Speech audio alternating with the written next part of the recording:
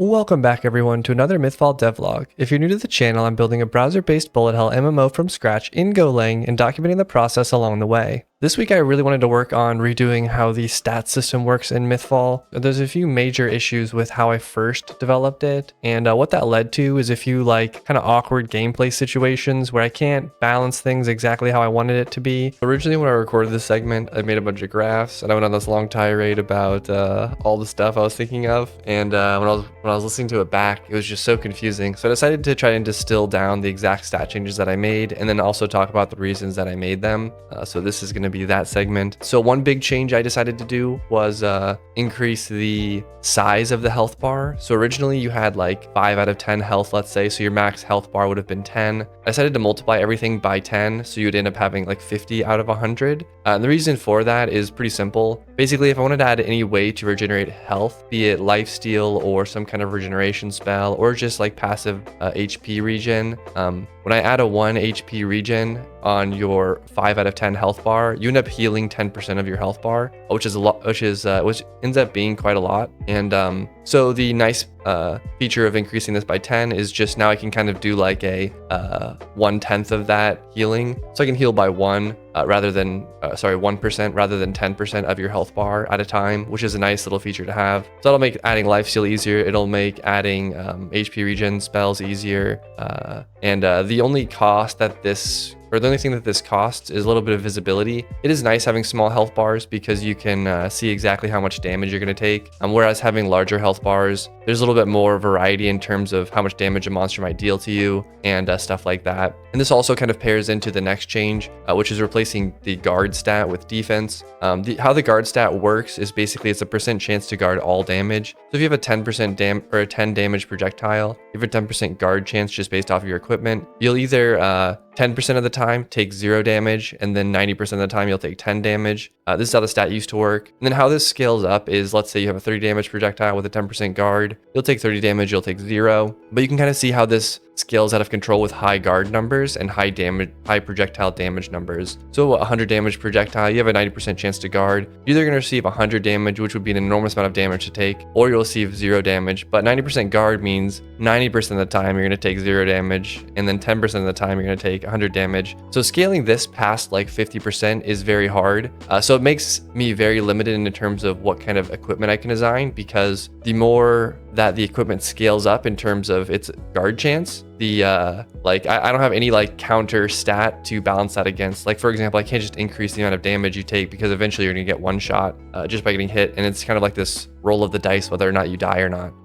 So how this is going to change is now it's going to get replaced by a defense stat, and then defense is going to be the primary, defensive stat that counters projectile damage. And how it works is it's just a flat damage reduction with a 20% minimum. So if you get hit by a 10% or a 10 damage projectile, you have 10 defense. That'll flatten out to 0, but you'll take 10% or you'll take 20% of the original value. So that'd be 2 damage you would take, which is basically negating almost all of the damage. And then for the 30 damage projectile example, you would receive 20 damage because 30 minus 10 defense is 20. And then you can see how this scales up very nicely. So I have 100 damage projectile. You have 90 defense based off your equipment and stats. You only receive 10 damage. So I can make monsters a lot harder to defeat by just increasing their damage and then requiring players to itemize towards defense more to fight that particular boss. So that gives me a lot more flexibility with how I can design boss encounters and things like that. So I think I'm pretty happy with how these turned out. These have been in the game for, I guess, almost 2 weeks now. And I know the game's in a little bit of an unbalanced state because of all the stat changes, but I think this panned out pretty well, and I'm pretty happy with how this ended up, I guess. One little side tangent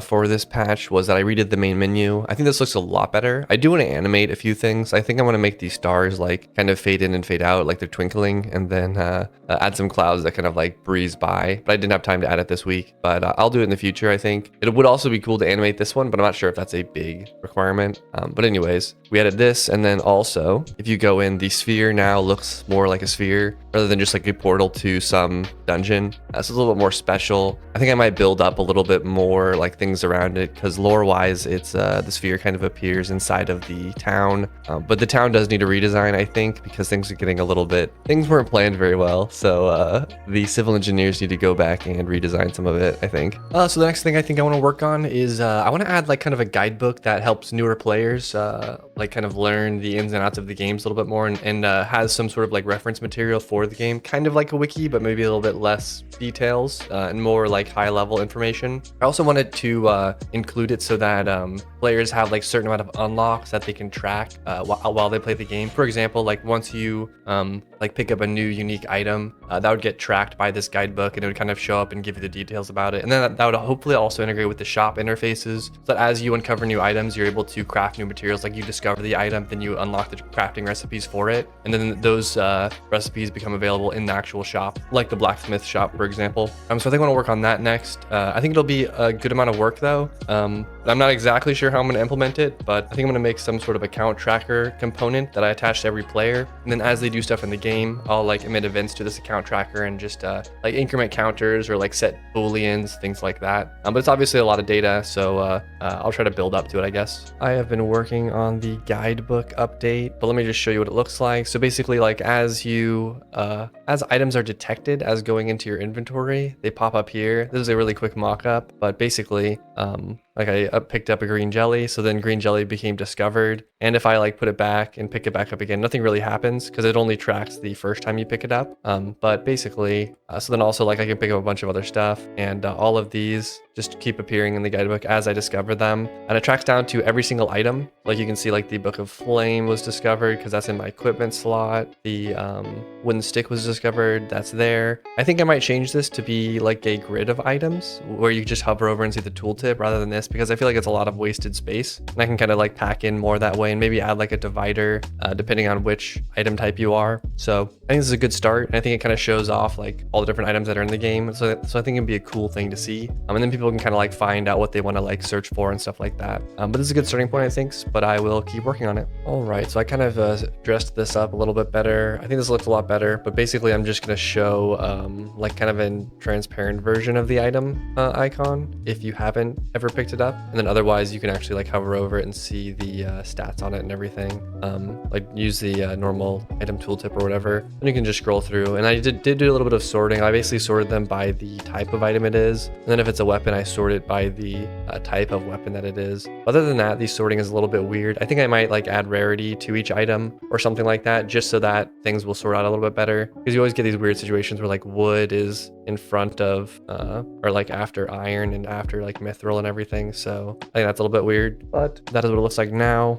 I don't think it's terrible. I think it's pretty good. So yeah, nice little collection log. All right, just to briefly talk about how I implemented the like item discovery mechanic. I basically made this bitmask data type, which holds a list of UN64s, but basically every single item ID will get passed in here to set a specific bit, because item IDs are just incrementing numbers. So for example, like a stick might be item ID 3, that would set the 0, 1, 2, 3. It'll set the third bit if we've discovered it. And the wooden sword is item ID 4, that'll set the fourth bit. And then you'll have a bit mask that kind of looks like this with a bunch more zeros down the line. And each of these ones will just, it's kind of like a checkbox, which will get checked if you discovered the item. That'll get set to 1. Otherwise, if you have not yet discovered the item, it'll get set to 0. Or I mean, by default, it'll be 0. But yeah, that's basically how it works. So it's pretty simple. This seems like the most efficient way to pack all of this data. And I think it'll scale up to quite a large number. And this is also data that doesn't get sent over all the time. It's pretty infrequent that I'll send this data over, so it doesn't need to be super compressed. But I think this is a good starting point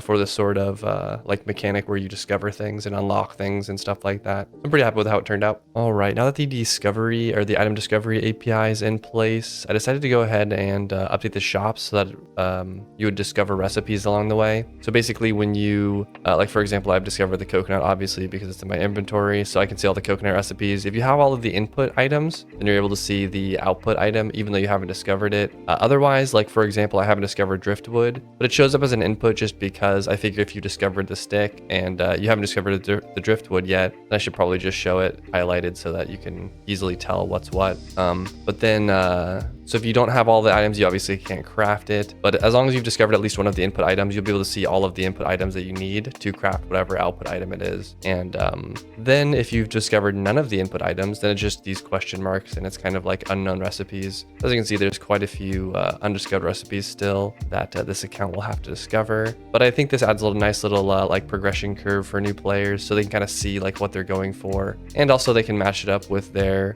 guidebook where they see kind of items as they discover through this. So I think it'll be a cool little mechanic to have in the game. I've been wanting to add this for a long time, but I just haven't had a chance. So now that I'm kind of going into the progression system mode or now that I'm working on adding a lot of progression systems, I figured this was a good one to start with. So yeah. Okay, so the next thing that I worked on adding was I wanted to have like a little text pop up that goes above the player whenever an item gets discovered. So for example, the first time you pick up like a green jelly, it'll pop up, or a blue jelly. And if you pick them up again, it doesn't pop up because you've already discovered it. I also added like a little bit of staggering there. So if you go and just like pick up a bunch of stuff, they won't all play on the same exact frame. So it kind of like plays them out one by one in the order that you discover them in. So I think that makes the interface a little bit nicer. I also think it helps people understand that like they are discovering items and discovering recipes that they can then go to the shop and start crafting with and stuff like that. So I'm liking how this is turning out. Originally in my head, I thought I was gonna have like a pop-up like billboard thing that pops up and has like information about it. I might do that for big items. But I think for small items like getting a new ore or something, it's really not worth it to do this big pop-up. But we'll see. I can always change in the future, but I think this is a good starting point for it. Anyways, that's all I have for this week. As always, an absolutely massive thank you to all the supporters on YouTube, Twitch, GitHub, and Patreon. I hope you enjoyed it, and I'll see you next time.